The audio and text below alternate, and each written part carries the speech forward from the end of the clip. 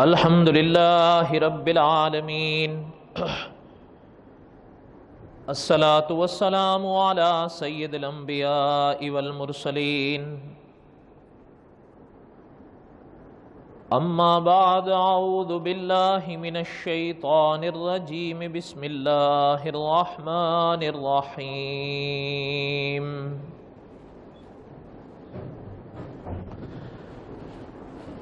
قولوا آمنا باللہ وما انزل الینا وما انزل الی ابراہیم واسماعیل واسحاق ویعقوب والاسباط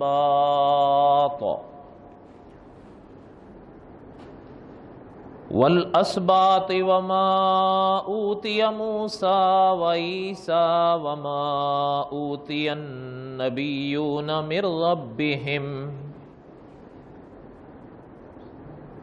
لا نفرق بین احد منہم ونحن لہ مسلمون۔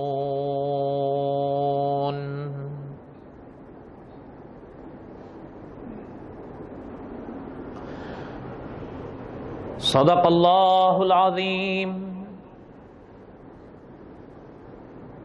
وبلغنا رسولہ النبی الکریم ونحن علی ذلک لمن الشاہدین والشاکرین والحمد للہ رب العالمین۔ اللہم صلی علی محمد وعلی آل محمد کما صلیت علی ابراہیم وعلی آل ابراہیم انک حمید مجید۔ اللہم بارک علی محمد وعلی آل محمد کما بارکت علی ابراہیم وعلی آل ابراہیم انک حمید مجید۔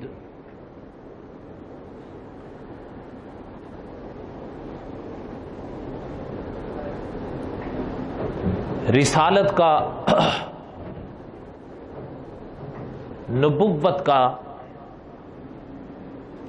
یعنی کہ ایمان کے دوسرے رکن کا بیان چل رہا تھا۔ گزشتہ جمعہ چونکہ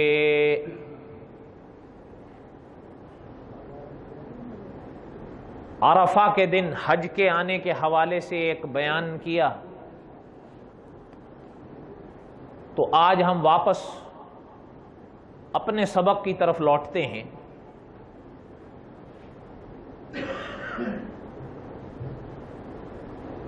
وقت تھوڑا ہے اور موضوع جو ہے اصل میں یہ وقت مانگتا ہے،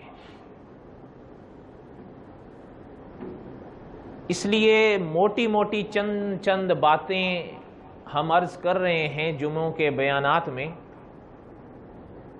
البتہ کچھ اگر تفصیلات کی ضرورت ہوئی تو وہ بھی کریں گے اپنی بساط تک انشاءاللہ۔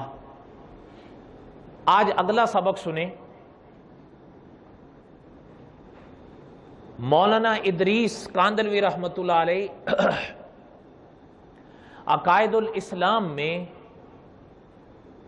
عقیدہ رسالت کے باب میں جو 11 عقیدے لائے ہیں اہل سنت و جماعت کے، ان میں ایک اور عقیدہ سنیں۔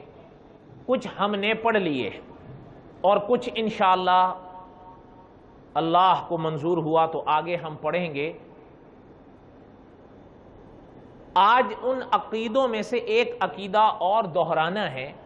ممکن ہے کہ گزشتہ جو ہم نے توحید کا سبق دہرایا تھا اس میں کہیں ضمناً یہ تھوڑا بہت بیان بھی ہوا ہو۔ وہ یہ ہے کہ مولانا ادریس کاندھلوی رحمۃ اللہ علیہ نے لکھا ہے، حضرت کی باتوں کا میں خلاصہ عرض کر رہا ہوں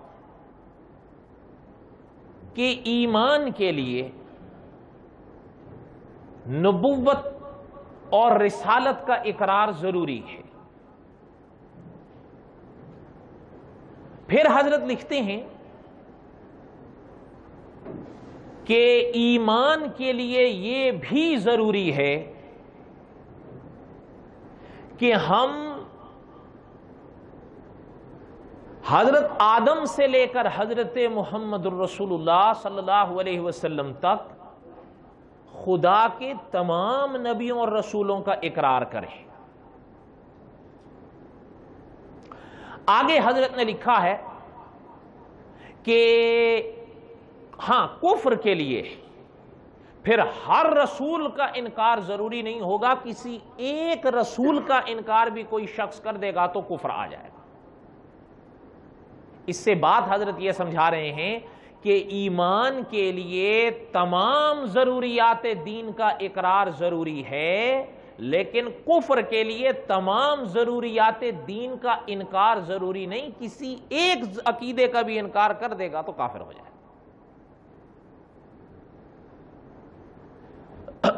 اس کی تھوڑی سی تفصیل میں آگے چل کے عرض کرتا ہوں۔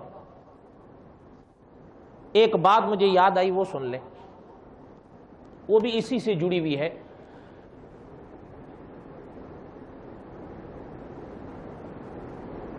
ہمارے بعض اکابر نے ایک بات کی وضاحت بڑی علمی کی ہے، فرماتے ہیں اس دنیا میں ہم علمی دنیا کی بات کر رہے ہیں، عقیدوں کی دنیا کی بات کر رہے ہیں، علماء کی دنیا کی بات کر رہے ہیں کہ اختلافات کی 3 قسمیں ہیں، اور ان 3 قسموں میں پہلا اختلاف ہے ایمان اور کفر کا۔ کیا ہے؟ ایمان اور کفر کا، یہ پہلا اختلاف ہے۔ دوسرا اختلاف ہوتا ہے سنت اور بدعت کا، کتنے ہوئے؟ اور تیسرا ہوتا ہے اختلاف اجتہاد کا۔ ابھی باقی کی تفصیلات کا تو موقع نہیں ہے، پہلے کا سنیں آپ، اس لیے کہ وہ ابھی موقع بھی نہیں ہے اور موضوع بھی نہیں ہے۔ حضرت نے لکھا ہے کہ ان اختلافات میں پہلا اختلاف ہے ایمان اور کفر کا۔ اچھا، اب اسی کے ساتھ حضرت کی عبارت آتی ہے کہ ایمان کی تعریف کو دوہرا لیا جائے۔ آپ کو یاد ہوگا ہم نے سینکڑوں بار دہرایا ہے کہ ایمان کس کو کہتے ہیں، ایمان کی تعریف کیا ہے۔ ضروریات دین کی ہر بات کو ماننا ایمان ہے، اور ضروریات دین میں سے کسی ایک بات کا انکار بھی کفر ہے۔ یہ تو بڑا واضح سا مسئلہ ہے۔ یہ ہے والی عبارت مولانا ادریس کاندلوی رحمۃ اللہ علیہ کی عبارت سے جوڑ کرتے ہوئے دیکھیے آپ، مانا کیا ہوا؟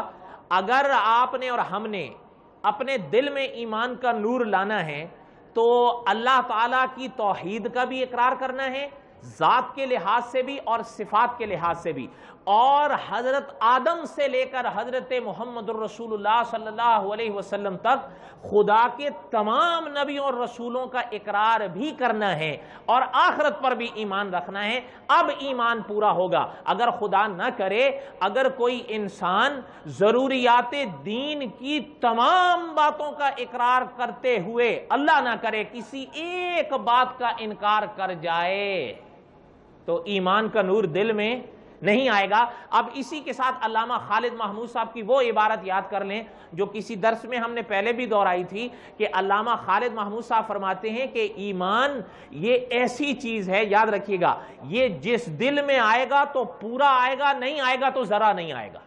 یہ نہیں ہو سکتا کہ ایک انسان 90% مسلمان ہو اور 10% کافر ہو، یہ یاد رکھیے گا، یہ نہیں ہو سکتا کہ ایک انسان 90% مسلمان ہو اور 10% کافر ہو۔ ایمان ایک ایسی دولت اللہ نے رکھی ہے، یہ جس دل میں آئے گی تو پوری آئے گی، نہیں آئے گی تو ذرا نہیں آئے گی۔ یہ بات سمجھ میں آئی ہے یا نہیں آئی ہے؟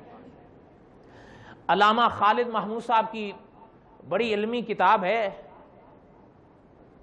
مطالعہ قائدانیت کی 3 جلد، عقیدت العالم اس کا نام ہے، بڑی علمی کتاب ہے، اور خاص کر ان ابحاث کو حضرت نے ایسے ان میں یعنی ترتیب دیا ہے کہ آدمی دنگ رہ جاتا ہے. خاص کر آج جو ہم دیکھتے ہیں کبھی کبھی ایک بڑا جھول سامنے آتا ہے، وہ یہ ہے کہ ہم مرتدین، وہ لوگ کہ جو مرتدین میں شمار کیے گئے ہیں، ان کو ہم قیاس کر رہے ہوتے ہیں کافروں پر جو مطلقاً کافر ہیں. اچھا، اس کا نتیجہ یہ ہوتا ہے کہ چونکہ ہماری سوچ میں جھول آتا ہے تو اس کے اوپر جو ہم عمارت کھڑی کرتے ہیں لازماً جھول آئے گا. کیوں؟ کوئی کافر ایسا ہے کہ وہ مرتد نہیں، کافر ہے، اس کے ساتھ لین دین مطلقاً حرام ہو یہ کوئی ضروری نہیں ہے، لیکن مرتد کا حکم جدا ہے. آپ کافر کی دکان سے پانی لے لیں الگ بات ہے، لیکن مرتد کی دکان سے آپ کو پانی لینے کی پھر اجازت، ان کو آپ ان پہ قیاس نہیں کر سکتے ہو. اچھا خیر، اس بات کو یہاں تک بات سمجھ میں آ رہی ہے نہیں آ رہی ہے؟ یہ ہے علمی موضوع، میں کوشش کروں گا کہ آپ کے بات ذہن میں اتر سکے. اگلی بات سنیں، یہ تو موٹی سی بات ذہن میں رکھ لینا کہ حضرت آدم سے لے کر حضرت محمد الرسول اللہ صلی اللہ علیہ وسلم تک خدا کے تمام نبیوں کا اقرار ایمان کے لیے ضروری ہے، اور کفر کے لیے تمام کا انکار ضروری نہیں، کسی ایک کے انکار سے بھی کافر. یہ بات تو ذہن میں رہے گی نا یا نہیں رہے گی؟ یہ ذہن میں رکھ لیں. اچھا، ایک چیز اور ساتھ ساتھ میں ہے، وہ بھی سن لیں، وہ بھی یہی حصہ ہے اگلی عبارت. وہ یہ ہے، یہ تو ایک بڑی واضح سی تعریف ہے نا کہ ضروریات دین کی کسی ایک بات کا انکار بھی کفر ہے. اچھا، اسی کے ساتھ علماء نے ایک اگلی شک بھی لکھی ہے، وہ یہ ہے کہ جس طرح ضروریات دین کا انکار کفر ہے، اسی طرح ضروریات دین کی باطل اپنا تعویل کرنا یہ بھی کفر ہے. اس کی تھوڑی سی وضاحت کروں گا. باطل تعویل تو آپ سمجھیں گے نہیں؟ سمجھیں گے؟ تھوڑی بہت آسان ہے، سمجھ میں آ جائے گی. دیکھیے، آپ اور ہم قرآن پاک اور احادیث نبویہ کی روشنی میں، امت کے فہم کی روشنی میں، ایک دن میں کتنی نمازوں کے قائل ہیں؟ اور ہم اسی بات پر ہیں جو علامہ سید سلیمان ندوی رحمۃ اللہ علیہ نے لکھی ہے سیرت النبی صلی اللہ علیہ وسلم میں، کہ ہر روز 5 نمازیں پڑھنا یہ عمر بھر کے لیے گلے کا ہار ہے. یہی بات ہے یا نہیں؟ یہی بات ہے نا. ہم اسی عقیدے کے ہیں. اگر خدا نہ کرے کوئی شخص نہیں پڑھتا تو وہ یہ تو عام طور پر ہمیں تو نہیں خیر کبھی اتفاق ہوا کہ وہ اپنے نہ پڑھنے کو اچھا کہے، وہ اپنے نہ پڑھنے کو خوبی کہے، بلکہ اپنے نہ پڑھنے کو خامی ہی مانتا ہے، اور یہی خامی ماننا ہی اس کو ایمان سے نکلنے نہیں دیتا. نہیں سمجھ میں آئی بات آپ کو؟ ایک انسان نماز پڑھتا نہیں لیکن مانتا ہے کہ میں گناہ کر رہا ہوں، اور مانتا ہے کہ میں نے خدا کے فرض کو جو میرے ذمے تھا پورا نہیں کیا، لہٰذا میں گنہگار ہوں. اس کا یہی ماننا اس کو ایمان کے دائرے سے باہر جانے نہیں دیتا، اور ممکن ہے کسی دن لوٹ آئے. لیکن ایک وہ شخص ہے کہ وہ کہتا ہے کہ جی میں ایک بات چلتے پوچھوں، یہ شخص جس کی ابھی میں نے تھوڑی سی تشریح کی ہے، آپ کا کیا خیال ہے، یہ نماز کو فرض مانتا ہے یا نہیں مانتا؟ مانتا ہے نا. اس لیے تو اپنے آپ کو گنہگار مان رہا ہے. اگر خدا نہ کرے نماز کو فرض ہی نہ مانے تو وہ اپنے آپ کو گنہگار کب مانے گا؟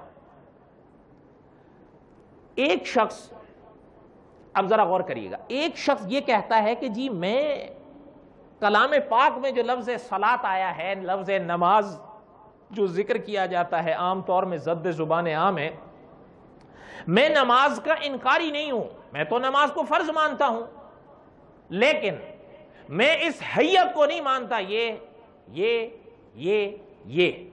بلکہ میرے نزدیک دعا مانگ لی وہ بھی نماز ہے، کچھ اور طرح کا اٹک بیٹھک کر لیا وہ بھی نماز ہے. اب میں آپ سے پوچھتا ہوں، یہ نماز کی فرضیت کا کھل کے انکار کر رہا ہے یا تعویل سے کر رہا ہے؟ اس کو کہتے ہیں باطل تعویل. کیا؟ باطل تعویل.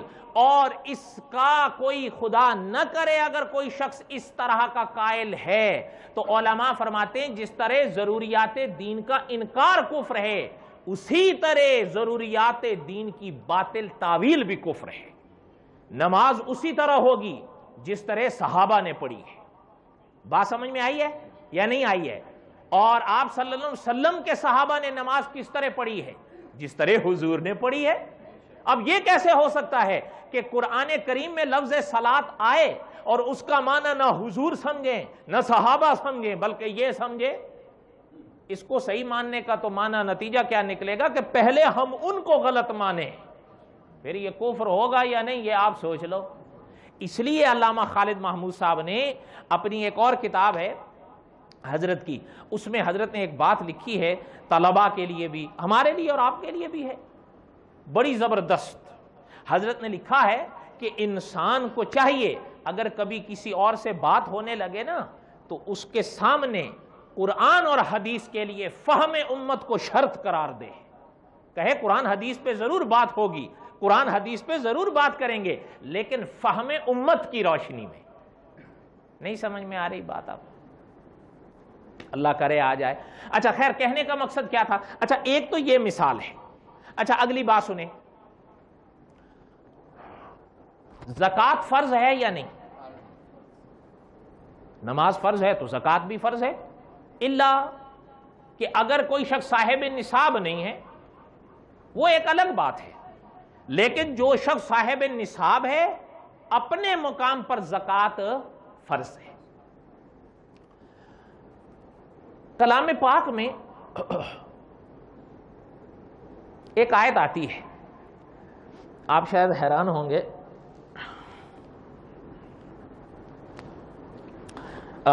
سورۃ توبہ میں، سورۃ توبہ میں ایک آیت ہے، ذرا اس کو تھوڑا سا آپ سنیں۔ اللہ تعالیٰ ارشاد فرماتے ہیں خذ من اموالہم صدقہ، اے پیغمبر ان لوگوں کے اموال میں سے صدقہ وصول کیجئے۔ اموال کیا ہے؟ مال کی جمع، مال کی یعنی ان کے پاس جو مال ہیں ان سے صدقہ وصول کیجئے۔ یہاں صدقے سے مراد زکوٰۃ لی ہے علماء نے، پتہ ہے خذ من اموالہم صدقہ، اے میرے پیغمبر آپ ان لوگوں کے اموال سے کیا کریں؟ زکوٰۃ وصول کریں۔ آپ صلی اللہ علیہ وسلم نے جب اس دنیا سے پردہ فرمایا، باطل تعویل کی میں مثال دوسری دے رہا ہوں، آپ صلی اللہ علیہ وسلم نے جب اس دنیا سے پردہ فرمایا، حضرت رفیق دم ہجرت رضی اللہ عنہ کے زمانے میں جو فتنے اٹھے ان میں ایک فتنہ منکرین زکوٰۃ کے نام سے ملتا ہے۔ منکرین زکوٰۃ کے اس جملے سے آپ کا اور ہمارا ذہن کس طرف جاتا ہے؟ کہ وہ لوگ زکوٰۃ کے قائل تھے؟ منکرین زکوٰۃ معنی کیا ہوا؟ کہ وہ زکوٰۃ کے، علماء نے اسی عنوان سے ان کو ذکر کیا، لیکن آپ اگر ان کے دعوے اور دلیل دیکھیں تو آپ حیران ہو جائیں گے۔ جب ان سے زکوٰۃ کا مال لیا گیا، مطالبہ کیا گیا کہ زکوٰۃ کا مال ادا کرو، حضرت رفیق دم ہجرت کے زمانہ خلافت میں آپ صلی اللہ علیہ وسلم کی اس دنیا سے پردہ فرمانے کے بعد، اور خذ من اموالہم صدقہ، اسی کی روشنی میں جب ان کے پاس گئے تو کہنے لگے ہم تو نہیں دیتے۔ وہ بھائی کیوں نہیں دیتے؟ ان کی ذرا آپ دلیل دیکھو، انہوں نے دلیل دی ہے اور یہی آیت دی ہے۔ انہوں نے کہا اللہ کے بندو اس آیت میں لفظ ہے خذ من اموالہم صدقہ، وہ کہہ رہی یہ حکم تو اللہ نے اپنے پیغمبر کو دیا تھا کہ میرے پیغمبر ان کے اموال سے زکوٰۃ وصول کیجئے۔ جب اللہ کے رسول نہیں رہے تو اب ہمیں کسی اور کو دینے کی ضرورت بھی نہیں رہی، اللہ کے رسول تھے ہم دیتے تھے، اب نہیں دیں گے، یہ حکم تو خاص تھا۔ سمجھ میں آ رہی ہے یا نہیں آ رہی؟ اچھا پتہ ہے علماء فرماتے ہیں کہ جب انہوں نے یہ بات کہی، حضرت رفیق دم ہجرت رضی اللہ تعالی نے ان سے جہاد کیا، اور یہاں تک کیا کہ حضرت نے فرمایا اس وقت تک جہاد کروں گا جب تک اگر یہ آپ صلی اللہ علیہ وسلم کے زمانے میں آپ صلی اللہ علیہ وسلم کو جانور کے زکوٰۃ کی رسی دیتے تھے وہ بھی نہیں دیں گے تب بھی جہاد کروں گا۔ کیوں؟ اس لیے کہ حضرت سمجھ گئے تھے کہ یہ باطل تعویل کی راہ سے اندر آ رہے ہیں۔ سمجھ رہے ہیں یا نہیں سمجھ رہے آپ؟ اگر آج ان کو اجازت دے دی گئی کل کوئی اور ڈھنگ سے نماز کا انکار کرے گا، کوئی اور آئے گا وہ روزے کا انکار کرے گا، کوئی اور آئے گا وہ حج کا انکار کرے گا۔ اچھا، معنی یہ ہے کہ حضرت رفیق دم ہجرت رضی اللہ تعالیٰ عنہ کی زندگی میں بھی اگر آپ یہ دیکھیں، اچھا تمام اللہ کے رسول صلی اللہ علیہ وسلم حضرت رفیق دم ہجرت کے سنگ آئے ہیں۔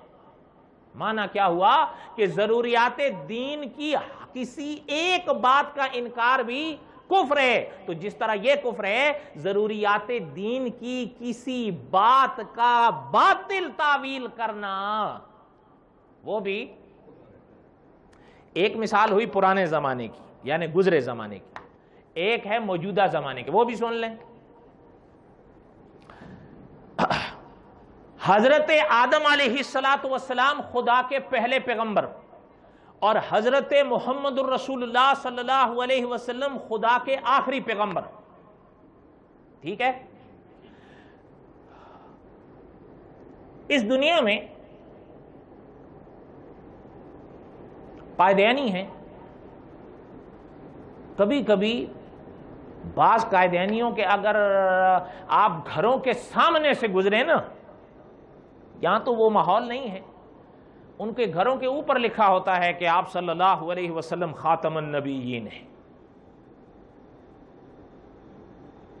میں مذاق نہیں کر رہا ہوں، آپ کہتے ہیں یہ عجیب بات ہے، علماء تو کہتے ہیں یہ ختم نبوت کے منکر ہیں اور انہوں نے تو بورڈ لگا رکھے ہیں کہ خاتم النبیین حضور ہیں۔ پھر جو جوشیلے ہوتے ہیں وہ کہتے ہیں بس یار مولویوں کا کام کیا ہے۔ اس دن ایک لکھا، ابھی 2-3 روز پہلے کی بات ہے، لکھا بھیجا، کہتا ہے مولوی تو حلوہ کھا کے سارے سو رہے ہیں،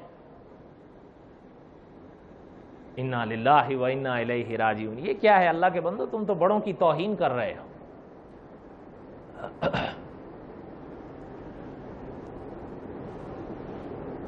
پتہ ہے خاتم النبیین کا معنی امت نے کیا کیا ہے؟ یہ تو انشاءاللہ اللہ نے زندگی دی، جب ہم قصص الانبیاء سے گزرتے ہوئے حضرت محمد الرسول اللہ صلی اللہ علیہ وسلم کی زندگی پر پہنچیں گے تو انشاءاللہ ختم نبوت پر تب موضوع آئے گا، تب اس کے دلائل بھی انشاءاللہ ذکر کریں گے۔ ابھی صرف ایک موٹی سی بات سنیں، ختم نبوت کا اور خاتم النبیین کے پاک لفظ کا امت نے کیا معنی لیا ہے کہ آپ صلی اللہ علیہ وسلم کے آ جانے کے بعد اس دنیا میں کوئی بھی خدا کا نبی پیدا نہیں ہوگا۔ یہی معنی ہے یا کوئی اور معنی ہے؟ ہاں، پتہ ہے وہ کیا کہتے ہیں؟ یہ امت نے معنی کیا اجماعی معنی۔ وہ کہتے ہیں کہ اصل بات یہ ہے کہ خاتم النبیین کا معنی یہ نہیں ہے جو مولویوں نے کیا ہے یا سمجھا ہے۔ خاتم النبیین کا معنی یہ ہے مہر نبوت، نبیوں کی مہر۔ معنی حضرت آدم سے لے کر حضرت محمد الرسول اللہ تک تو سارے نبی اللہ نے بنائے، لیکن اب مہر نبوت اللہ نے حضور کے حوالے کر دی ہے، اب حضور جس پہ ٹھپا لگا دیں وہ نبی بن گئے۔ یہ معنی کیا انہوں نے خاتم النبیین کا۔ کیا معنی کیا؟ سمجھ میں آیا یا نہیں سمجھ؟ وہ لفظ خاتم النبیین جو قرآن پاک میں آیا وہ آپ سے کہیں گے ہم اس کے انکاری نہیں ہیں۔ اچھا، وہ ہمارے والے بھی جوش میں آئے، وہ یار مولوی تو کہتے ہیں خاتم النبیین، دیکھو کتنے اچھے ہیں، کہہ رہے ہیں ہم تو اقراری ہیں۔ ان سے کہو اس کا معنی کرو، معنی کیا کرتے ہو تم؟ وہ جو امت نے 15 صدیوں سے سمجھا ہے یا وہ جو تم نے ابھی 200 سال 100 سال 150 سال سے سمجھا ہے؟ وہ بڑے عرصے کی بات ہے، یہ بھی باطل تعویل ہے۔ کیا ہے؟ ضروریات دین کی باطل تعویل ہے، اور یہ بھی کفر ہے۔ بڑے زمانے کی بات ہے، مولانا امین صاحب رحمت اللہ علیہ تھے، اکاڑے والے۔ حضرت بیٹھے تھے، حضرت کے پاس ایک صاحب آئے اور وہ کہنے لگے حضرت کل آپ کو 2 صاحب یہاں ڈھونڈ رہے تھے، بات سنیے گا ذرا۔ حضرت نے فرمایا کہ وہ خیر ہے، کون تھے؟ کہنے لگے نام تو ان سے ہم نے پوچھا کہ بھئی آپ نام بتا دیں، تو وہ فرمانے لگے کہ مولانا ہمیں جانتے نہیں ہیں، ہم نام بتا بھی دے دیں گے تو کوئی فائدہ نہیں ہے، ایسا ہے ہم کل پھر آ جائیں گے۔ مولانا فرماتے ہیں، میں نے کہا اچھا ٹھیک ہے۔ قصہ مختصر، یہ دوسرے روز وہ آ گئے، بات چیت ہوئی، مولانا نے فرمایا بھی خیر ہے. کہنے لگے بھی حضرت ہم آپ کے پاس اس لیے آئے ہیں, ہم جس محلے میں رہتے ہیں یا جس گاؤں میں رہتے ہیں وہاں 4 بیٹھکیں ہیں. بیٹھکیں سمجھتے ہیں آپ؟ وہ مسلمانوں کی ہیں. پھر لیکن المیہ یہ ہے کہ وہ 4 بیٹھکیں مسلمانوں سے قائدیانیوں نے کرائے پہ لے لی ہیں, اور وہ ان کے اندر ان کا پرچارک بیٹھتا ہے اور وہ وہاں پر جو ہے وہ بھاشن دیتا ہے, اور ترتیب اور انداز وہ یہ رکھتے ہیں کہ سمجھے بیٹھ گئے اور ان میں سے کوئی 1 یا 2 کھڑے ہو گئے. جب اسکول سے چھٹی ہوتی ہے بچوں کی تو بڑے پیار سے محبت سے وہ ان میں سے کسی کو بلا لیں گے. چلیں اگر بچے 20 جا رہے ہیں تو 5 آ جائیں گے, ان کے پاس 10 آ جائیں گے. ہاں بیٹا یہ وہ, اچھا ذرا کلمہ سناؤ. وہ کلمہ سنا تو آگے سے کہتے ہیں او ہو تمہارا تو کلمہ ہی صحیح نہیں ہے, یہ مولوی کلمے بھی صحیح نہیں کرتے. تب بھی مولویوں سے لوگ ناراض تھے اور آج بھی ناراض ہی ہیں.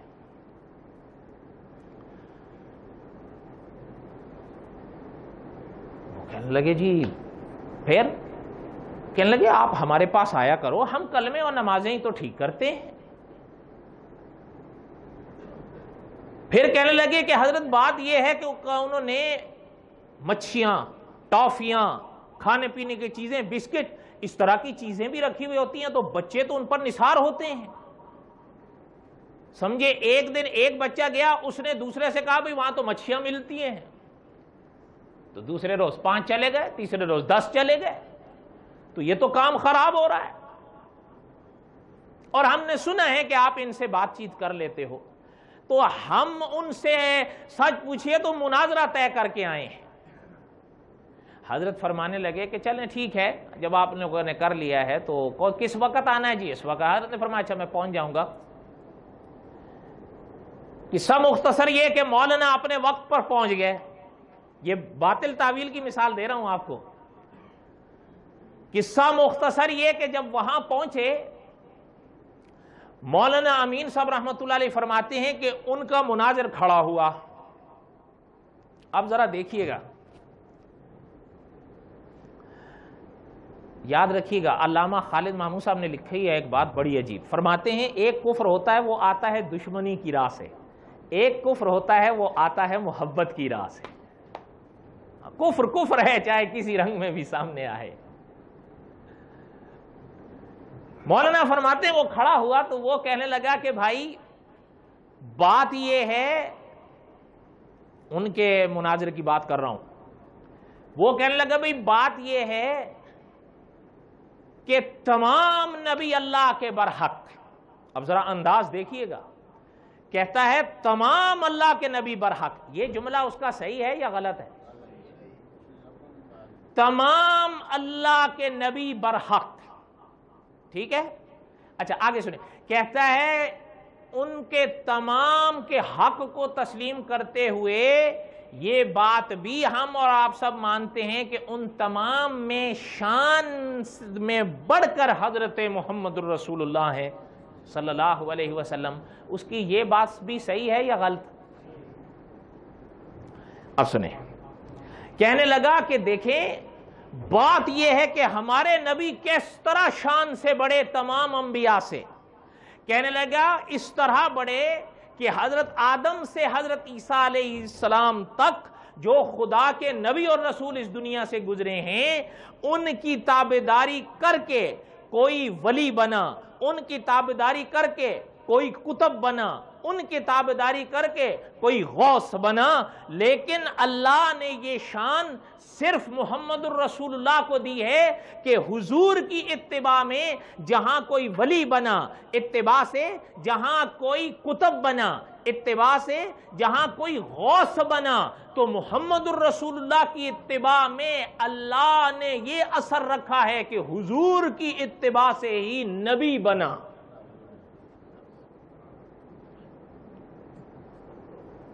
اب کوئی بات سمجھ میں آئی ہے یا نہیں آئی ہے؟ اب کیسے حق کے ساتھ باطل کو ملایا ہے, ملایا ہے یا نہیں ملایا ہے؟ یہ آپ نے ایک لفظ سنا ہوگا دجال, سنا ہے یا نہیں سنا ہے؟ آج کل تو میڈیا میں اس پر بڑی بحثیں ہوتی ہیں. دجل کس کو کہتے ہیں؟ دجال، دجل کیا ہے؟ پانی ہونا، پانی. اور آپ مجھ سے دودھ خریدنے آئیں، میں ایک طرف دودھ کی بالٹی رکھوں، دوسری طرف پانی کی، اور آپ کہیں جی مجھے دودھ دو، میں کہوں جی دوں گا لیکن آدھا یہ اور آدھا یہ، خریدو گے؟ وہ بولو نا، خریدو گے؟ میرے حال میں آپ لوگوں کا ارادہ ہے وہ خرید لیں گے. کوئی نہیں خریدے گا اللہ کے بندے. ہاں، اوپر سے اگر میں چہرے پر داڑھی رکھ لوں، سر پر ٹوپی بھی رکھ لوں، اور پھر اسی دودھ میں ہی پانی ملا کے بیٹھ جاؤں، پھر سب خریدیں گے. اس کو کہتے ہیں دجل. اس کو کیا کہتے ہیں؟ دجل. اچھا، یہ ہے اصل میں دجل. اب وہ دیکھ لیں کہ کیسے حق کے ساتھ باطل کو ملایا ہے. اچھا، وہ یہ بات کر کے، اچھا جو سامنے بیٹھے تھے اللہ معاف کریں اللہ معاف کریں، وہ تو دنگ رہ گئے، کہنے لگے اوہ یار یہ تو حضور کی شان بڑھا رہا ہے. میں آپ سے پوچھتا ہوں، بڑھا رہا ہے؟ گھٹا رہا ہے. مولانا امین صاحب رحمۃ اللہ علیہ کھڑے ہوئے، حضرت نے فرمایا کہ ان صاحب نے جو تقریر کی ہے اس کے میں دو جواب دینا چاہتا ہوں. ایک ہے تحقیقی جواب، دوسرا ہے الزامی جواب. ان دونوں میں فرق ہوتا ہے، علماء جانتے ہیں، ابھی تفصیل کا موقع نہیں ہے. حضرت نے فرمایا میرا تحقیقی جواب تو یہ ہے کہ میں پوچھنا چاہتا ہوں آپ سے کہ وہ کون سی اتباع ہے. یہ تفصیل ہے حضرت کے جواب کی. فرمایا وہ کون سی اتباع ہے، وہ کون سا عمل ہے جو مرزا غلام احمد قائدینی نے حضور کی اتباع میں کیا لیکن صحابہ تمام کے تمام محروم رہ گئے. وہ کون سی اتباع ہے؟ اچھا پتہ ہے حضرت کا انداز بھی تو. حضرت نے فرمایا ہمیں آپ بتاؤ کہ ایک وہ صدیق اکبر ہیں رضی اللہ تعالی عنہ کہ جن کے پاس حضرت عمر چل کر آتے ہیں. کون عمر؟ جن کے بارے میں سرکار دو عالم صلی اللہ علیہ وسلم نے فرمایا ہے کہ آسمان کے ستاروں جتنی اگر کسی کی نیکیاں ہیں تو میری امت میں عمر ہے. وہ عمر آ کے کہتے ہیں کہ صدیق، یہ حضور کی اس دنیا سے پردہ فرمانے کے بعد کی بات ہے، کہ صدیق مجھ سے سودا کر لیں. حضرت رفیق دم ہجرت نے فرمایا کیا سودا کرنا چاہتے آپ؟ کہنے لگے میری ساری زندگی کی نیکیاں لے لو صدیق، بس اپنی تمام زندگی میں سے ایک رات دے دو، ایک دن دے دو. اب یہ حضرت صدیق نے کیا جواب دیا یہ انشاءاللہ پھر کبھی، ابھی تو موقع نہیں ہے. اچھا، کہنے کا مقصد کیا ہے؟ باوجود اس شان کے بھی حضرت ابو بکر صدیق نبی ہیں؟ حضرت ابو بکر صدیق رسول ہیں؟ اچھا، تو پھر وہ کون سا عمل تھا جو صدیق تو نہ کر سکے، یہ کر گیا. اچھا ایک بات. دوسری بات، انہی جو سامنے کھڑے ہیں حضرت عمر بن خطاب رضی اللہ تعالیٰ عنہ، یہ وہ ہیں کہ جن کے بارے میں امام ترمذی رحمۃ اللہ علیہ آپ صلی اللہ علیہ وسلم کا فرمان لائے ہیں کہ آپ صلی اللہ علیہ وسلم نے فرمایا لو کان بعدی نبی لکان عمر، گر ہمارے بعد کوئی نبی ہوتا تو وہ عمر ہوتے. ہوئے عمر؟ نبی ہوئے؟ ہوئے نہیں ہوئے. اچھا پھر وہ کون سی اتباع تھی جو عمر تو نہ کر سکے کہ نبی بنتے، یہ کر گیا. اچھا ان کے بعد حضرت عثمان بن عفان آئے، اور یہ وہ عثمان بن عفان ہیں کہ آپ یقین کریں کہ علماء نے تاریخ میں حضرت کی سیرت میں لکھا ہے کہ یہ ایسے اللہ کے رسول صلی اللہ علیہ وسلم کے صحابی تھے، اللہ کی مخلوق میں ایسے اللہ کے بندے تھے کہ جب 2 رکعتیں رات کو تہجد پڑھتے تھے، 2 رکعتوں میں نہیں صرف 1 رکعت میں پورا قرآن پڑھ جاتے تھے. آپ مانو گے؟ اچھا یہ عثمان نبی تھے؟ بولے نا. تو پھر یہ ہم پوچھنا یہ چاہتے ہیں. اچھا آپ حیران ہوں گے، اس طرح کی حضرت نے کئی مثالیں دی، اب زیادہ تفصیل کا تو موقع نہیں، آگے سنیں. ہم یہ سوال کرنے میں حق بجانب ہیں یا نہیں؟ مولانا امین صاحب رحمۃ اللہ علیہ کو یہ حق پہنچتا تھا کہ نہیں حضرت یہ سوال کریں؟ کیوں؟ آپ تو شاید نہ جانتے ہوں، مرزا غلام احمد قائدینی کا ایک چیلا تھا چراغ دین جموی. اس کا نام لکھ لو یا موبائل میں سیو کر لو، صبح صبح دیکھ لیا کرو، چراغ دین جموی، اس نے مرزا قادیانی کی زندگی میں نبوت کا دعویٰ کیا تھا، اور یہی کہہ کے کیا تھا کہ میں نے حضرت کی اتنی خدمت اور سیوا کی ہے کہ اس سیوا کے نتیجے میں اللہ نے مجھے یہ میوہ دیا ہے کہ میں نبی بن گیا ہوں۔ اور مرزا قادیانی زندہ تھا، اس کی آپ کتاب دافع البلا کسی نے دیکھنی ہو، میرے پاس ہے، اس میں مرزا قادیانی لکھتا ہے، کہتا ہے جھوٹا ہے، بے ایمان ہے، مرتد ہے، اس نے کون سی میری ایسی خدمت کی ہے کہ جس سے یہ نبی بن گیا ہے۔ اگر مرزا قادیانی چراغ دین جموی سے یہ سوال کرنے میں حق بجانب تھا تو ہمیں یہ حق پہنچتا ہے یا نہیں پہنچتا کہ ہم بھی ان سے پوچھیں کہ حضور کی وہ کون سی اتباع تھی جو صحابہ تو نہ کر سکے کہ نبی بنتے، وہ مرزا قادیانی کیسے کر گیا ہے؟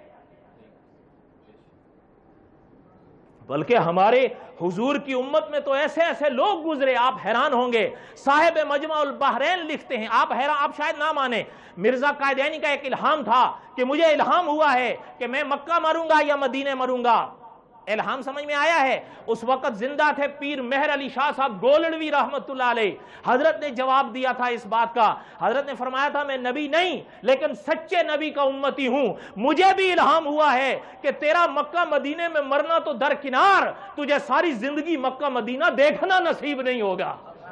حضرت کی یہ بات سچی ہوئی یا نہیں ہوئی؟ سچی ہوئی ہے، مل کے بولو، سچی ہوئی یا نہیں ہوئی؟ وہ اللہ کا حضور کی امت، صاحب مجمع البحرین کی جو بات کر رہا تھا وہ یہ والی نہیں تھی۔ صاحب مجمع البحرین نے لکھا کہ حضور کے حرم میں صلی اللہ علیہ وسلم، حرم میں مکے میں ایک صاحب آئے، حج کیا، طواف جب کیا تو دوسرے بھی صاحب آئے، انہوں نے بھی طواف کیا، طواف کرتے وقت جب طواف سے فارغ ہو گئے تو ایک دوسرے سے باتیں ہوتی ہیں مسافروں کی۔ ایک مسافر نے ان سے سوال کیا کہ بھائی آپ کہاں سے آئے ہو؟ حرم کا مسافر ہے، کہاں سے آئے ہو؟ ان کہنے لگے کہ بھائی 1 سال پہلے اپنے گھر سے چلا تھا میں، آج کعبے پہنچا ہوں۔ پرانا دور تھا نا۔ اچھا، تو وہ پتہ ہے جس نے سوال کیا تھا، صاحب مجمع البحرین رحمہ اللہ لکھتے ہیں کہ وہ فرمانے لگے اس کا مطلب یہ ہے آپ کعبے کے پڑوسی ہو۔ اس کو بڑا غصہ آیا، اللہ کے بندے میں 1 سال چل کے آئے تو کہہ رہا میں کعبے کا پڑوسی ہوں؟ کہنے لگے بھائی اسی لیے تو کہہ رہا ہوں کہ آپ کعبے کے پڑوسی ہو۔ ہماری ول دیکھو، جب میں اپنے گھر سے چلا تھا حرم کی زیارت کی نیت سے، میرے چہرے کی ساری داڑھی سیاہ تھی، آج حرم پہنچا ہوں تو دیکھا ہے ساری داڑھی سفید ہو چکی ہے۔ اسے تو مکہ مدینہ دیکھنا نصیب نہیں ہوا۔ حضرت نے فرمایا وہ کون سی اتباع تھی جو یہ کر گیا؟ کوئی بات سمجھ میں آئی ہے یا نہیں سمجھ میں آئی ہے؟ کہنے کا مقصد کیا تھا؟ یہ مناظرہ پھر کبھی پورا سنائیں گے انشاءاللہ۔ کہنے کا مقصد یہ ہے کہ یہاں سے یہ بات سمجھیں، ضروریات دین کی ہر بات کو ماننا ایمان ہے، ضروریات دین کی کسی ایک بات کا انکار بھی کفر ہے، اور جس طرح ضروریات دین کی کسی ایک بات کا انکار کفر ہے، اسی طرح ضروریات دین میں سے کسی ایک چیز، ایک بات کی باطل تعویل بھی کفر ہے۔ آپ سمجھ میں آئی بات یا نہیں سمجھ میں آئی؟ ایمان کے لیے جہاں ہم نے حضرت محمد الرسول اللہ پر ایمان رکھنا ہے، وہاں ہم نے حضرت آدم سے لے کے حضرت عیسیٰ تک بھی ایمان رکھنا ہے، اور اس کی تعلیم حضور نے دی ہے، آمنت باللہ ورسلہ۔ اب اور مثالوں کا وقت نہیں ہے، ورنہ میں آپ کو دے سکتا تھا کہ یہ کون سی اس بات ہے۔ آپ دیکھیں کلام پاک میں سورۃ الشعراء ہے، اس میں آپ جا کر دیکھیں، سورۃ شعراء میں آپ کو ملے گا کہ اللہ تعالیٰ نے فرمایا ہے کذبت قوم نوح، حضرت نوح کی قوم کا ذکر ہو رہا ہے، اور ساتھ ہی اللہ نے فرمایا ہے کہ نوح علیہ السلام کی قوم نے رسولوں کو چھٹلایا ہے۔